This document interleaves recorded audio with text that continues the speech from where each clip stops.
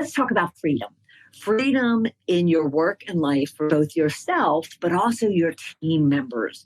When it comes to the workplace, we often feel constricted. We often feel confined to the way things are. But as a leader, you have an opportunity to really create the culture you want for yourself and for your team that may be able to liberate everyone to really pursue their passions while achieving the common goals that you have as a business. So we're going to talk about finding work-life blend. We're going to talk about pursuing your passions and really discovering your purpose and your why.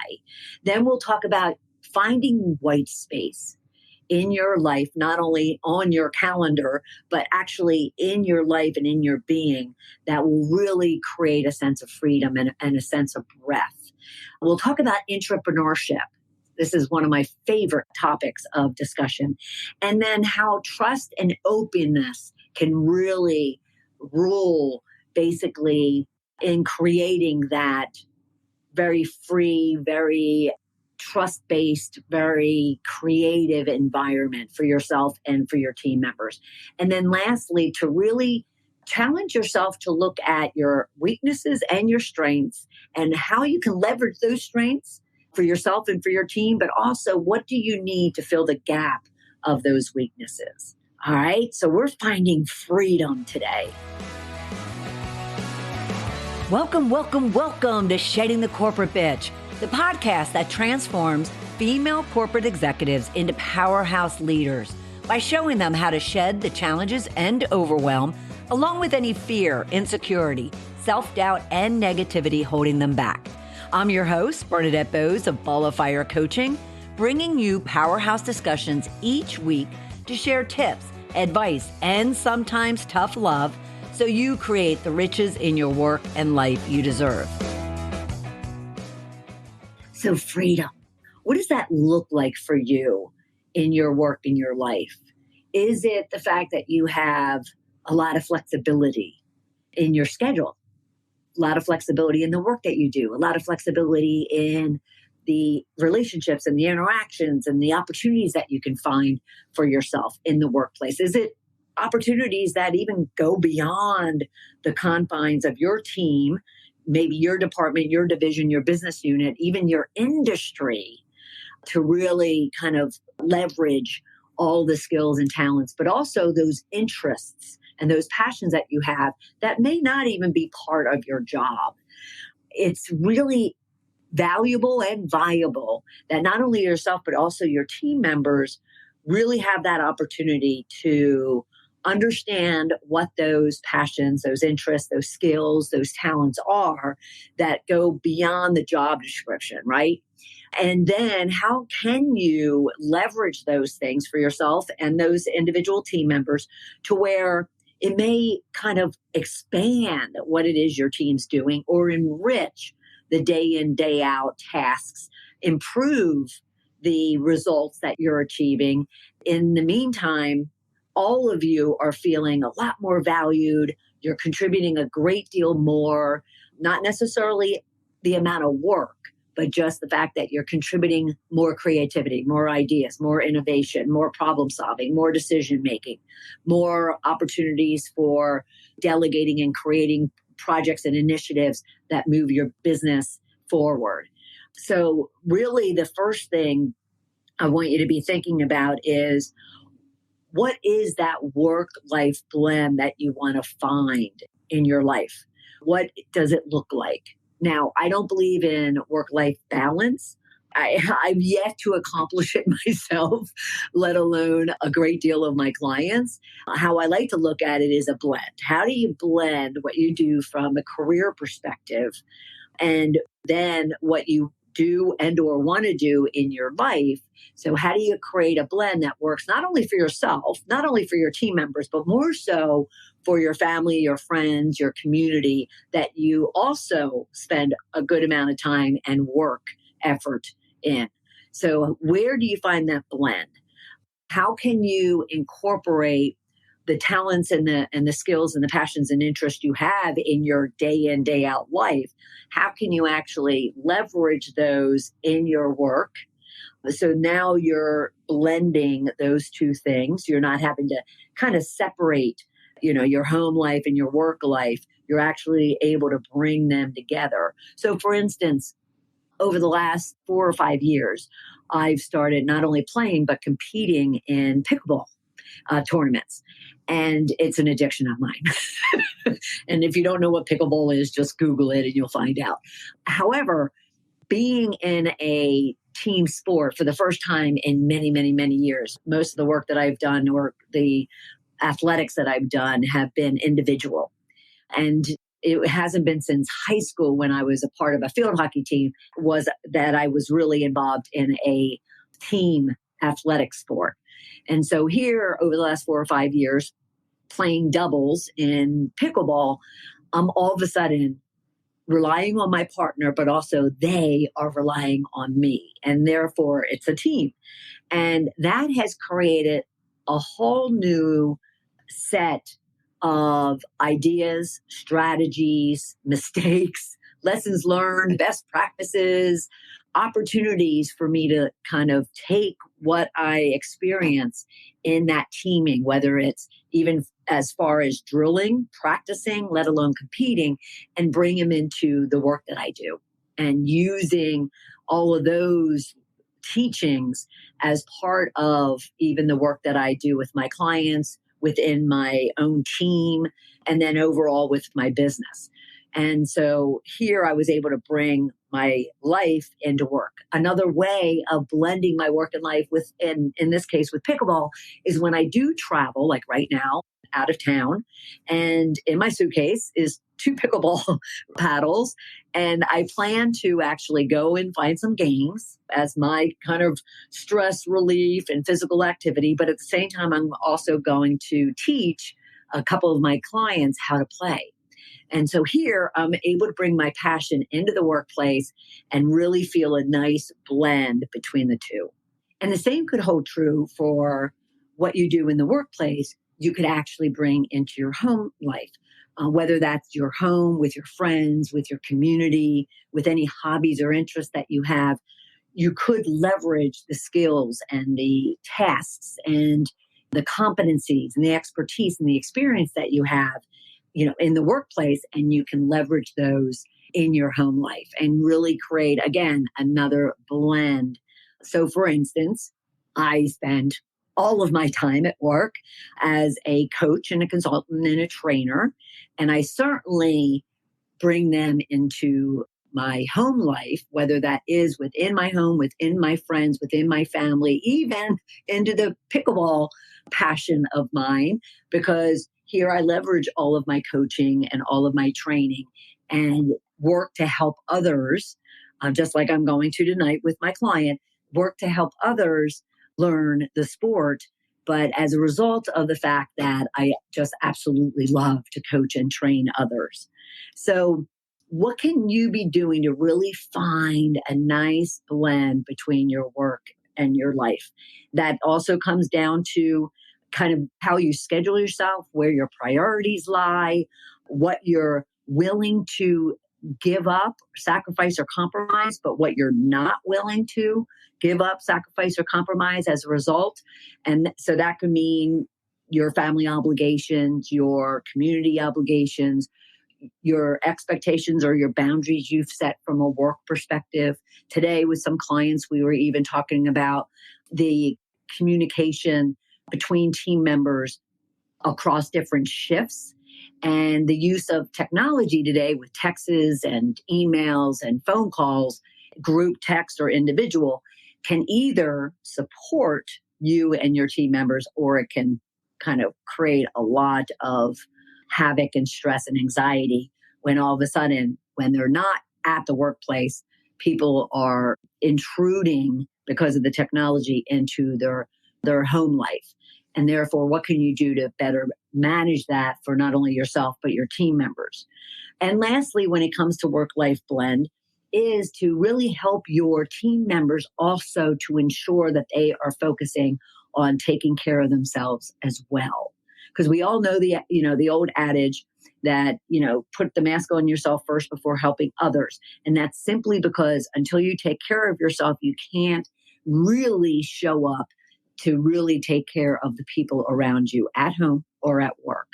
And so really also as a leader, help your team members to find that blend. Make sure that they are taking their lunch breaks, that they're nourishing themselves, that they're getting enough sleep, that they're able to take vacations or day offs to refuel and really be able to then show up in the best way possible. All right. The next thing would be to find your passions. Many people that I talk to at all levels of an organization will tell me they really don't know what their true passions are. Or on the flip side, I'll find those that have reached a different milestone in their life. It often happens when someone's like turning a major age, 40, 50, or 60. It could be when they're in career transition. And all of a sudden they have an opportunity to kind of look at their life, look at their work and their career passions, and really figure out what is it that they really want to be doing for themselves. Obviously, retirement is another key milestone where people start looking at what's really important to them. And as they are looking and asking themselves various questions around what's important to them, what do they want, what do they not want, who are they, who do they want to be, what is it that they really want to achieve in their lifetime, what's on their bucket list, what are their true passions. That's when they really start discovering more and more about themselves. And then they can ask themselves, why do I want this purpose? Why do I have these passions and these interests? Why is it that I'm going to work so hard at doing X? And really get down to the emotional reason, the emotional why.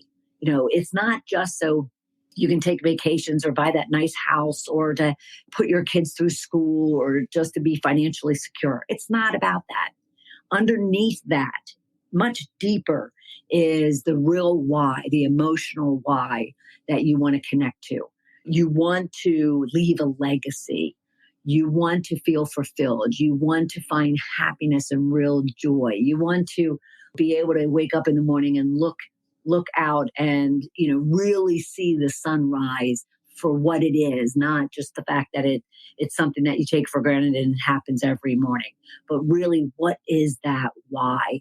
And let me give you an example of this that just hit me to the core the other day. I was flying back from California this past Friday, and I was sitting next to a gentleman who happened to be reading this self-help book.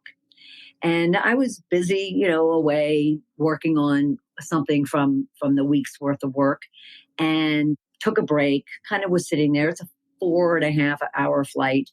So the next thing I know, I noticed the name of the book and that it was indeed a self-help book. So I happened to turn to him and ask him kind of what was the reasoning for him to be reading this particular book.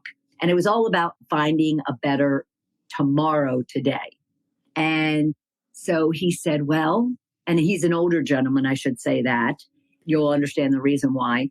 So he said, well, it might sound a little cruel as to his why. He said, however, I work to stay very fit and very healthy because I don't want my wife to be here left without a husband, to where she would have to then live without me, but also live on her own and try to work her way through the world after being together for so long on her own. So I want to stick around longer than my wife and allow me to feel the pain and the emptiness and the loneliness and not her. Well, hell, what a why is that? Crazy, huh? But he discovered, and he said he's only really discovered that in the last 5 to 6 years. And he's discovered that to be his core why. So think about for you, what is your why? And that will create so much freedom for yourself. And you could do the same exercise with your team, asking them individually and collectively, why are we doing the work that we're doing? Why are you doing this particular work that you're doing? why is it important for you to be good at what it is that you do? Why is it important for you to collect this paycheck? Why is it important for you to make a difference, amongst the team within the company, so forth and so on? So help each other to really find not only your work-life blend, and your purpose, but also that why.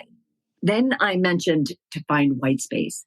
White space means two things. One can be very technical. Find the white space in your calendar. Leave yourself time in your calendar that is not full. That's white space, to where you can fill it with meditation, a walk, a phone call to a friend, a lunch out of the office. Find that white space. At the same time, it also means to find space within your mind and your heart by releasing and shedding those things that are not working for you, those people and places and things, to where then you have space within your mind and within your heart to fill it with other things that bring you joy and happiness. And that will also help you find freedom. Now, I talked about intrapreneurship being a favorite subject of mine, and we'll actually do a future discussion on this. But what I mean by this is, even when you work for another company, find those opportunities that maybe someone else isn't addressing. Maybe it's a problem. Maybe it's something that's broken. Maybe it's an opportunity that you think would be really beneficial for the company. And go ahead and pursue it. Go and seek the sponsorship and the support to say, hey, look, I think this needs to be solved or looked at or created or innovated, and I'd love to take it on.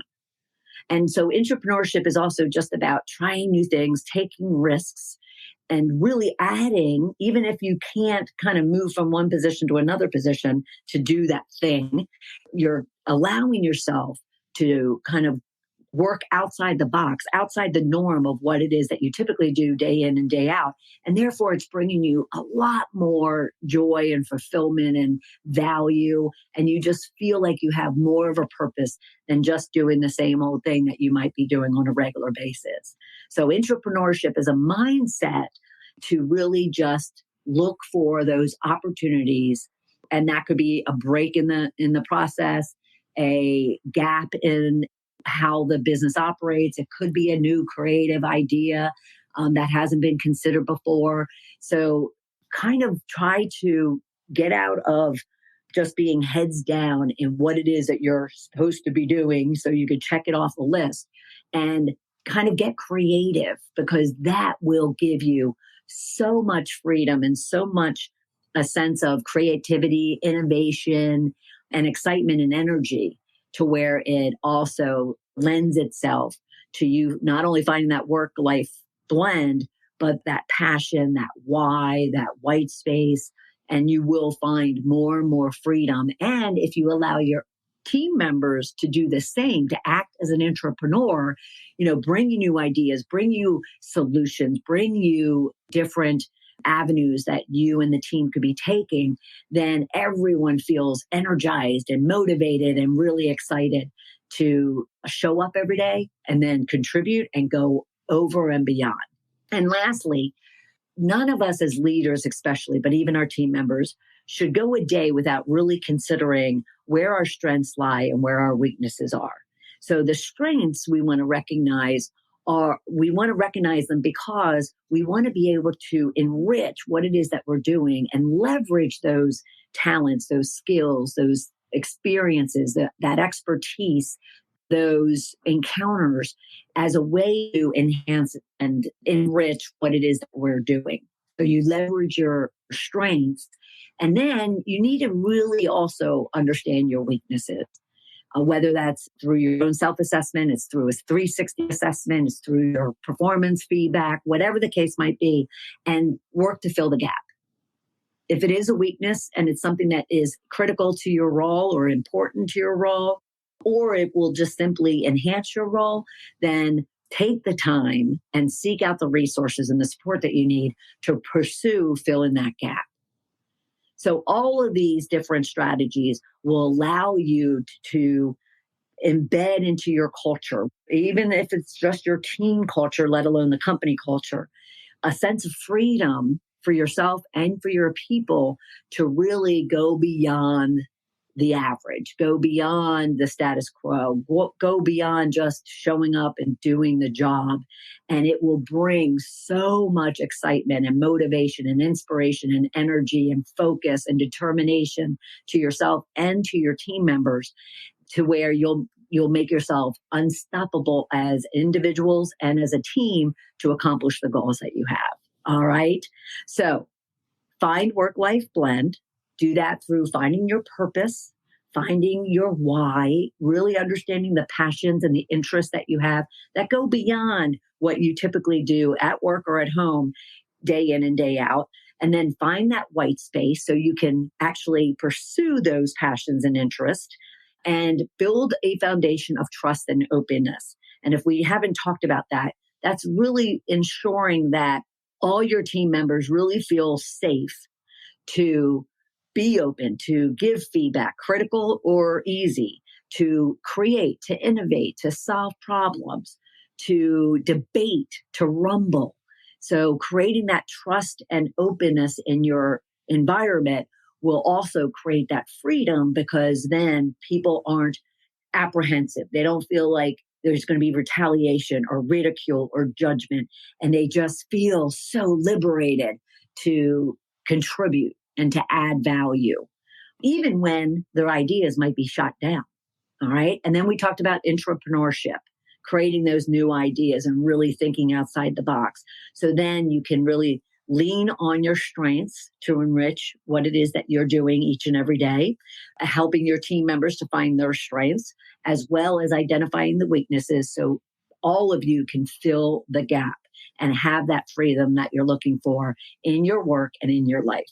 I'd also love to hear your comments or your questions. So go out onto LinkedIn, and anywhere you see one of the live videos or audios, along with our quote cards that we distribute, and leave a comment and let me know. And I'd be more than happy to share back some tips and ideas for you. All right.